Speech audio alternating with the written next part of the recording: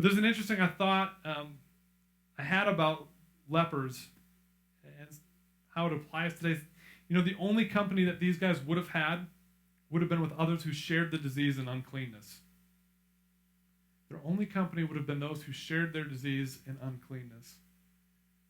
And that certainly, would not have ever helped them improving their condition. If they were to find a way to get better, being around people that way would have only gotten them sick again. You know, I had this thought as I was studying this and getting ready was how often when we have issues, I'll just say that, when we have issues, we find other people with those same issues and we gather together and we just start this whole cycle of making each other worse.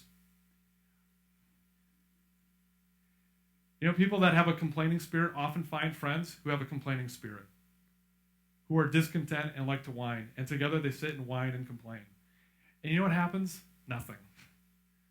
Nothing ever happens. Nothing ever improves. Nothing ever changes about their situation because they sit around and complain and whine all day.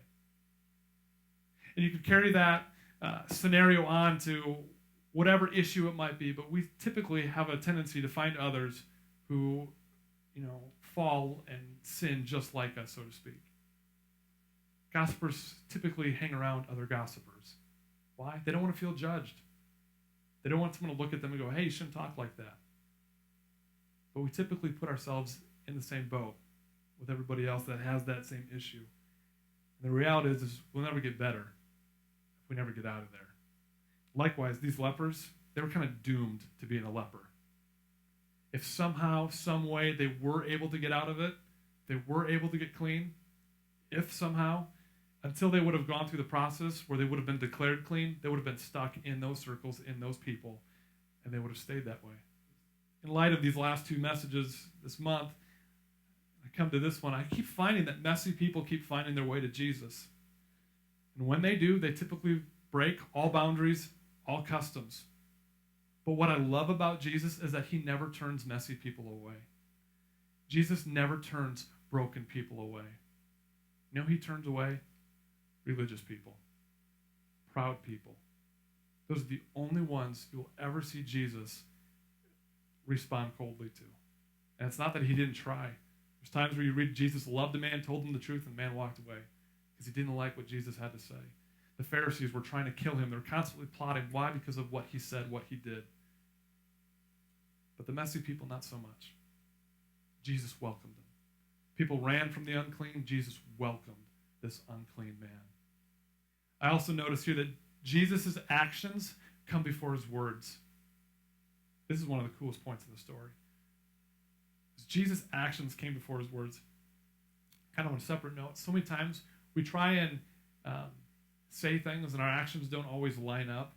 Jesus, on the other word, he did stuff and then explained it later. But he made sure his demonstration, his actions were remarkably clear. So the man falls down and says, are you willing? Jesus touches him before he says a word. Think about this. This man might not have ever been touched by anyone since he was declared unclean. And Jesus reaches down and touches this man before saying a word. Showing that he had compassion on him, showing that he loved him, but that he was willing to get messy with him. He was willing to get involved in his uncleanness. Also showing that the Son of God is not defiled by the things of man. He can step into that scenario. Instead of being made unclean, Jesus can make clean. He was encouraging this man, I am willing. And what are the next words? I'm willing. Touches him by the first touch he's ever felt in a long time. And I'm willing.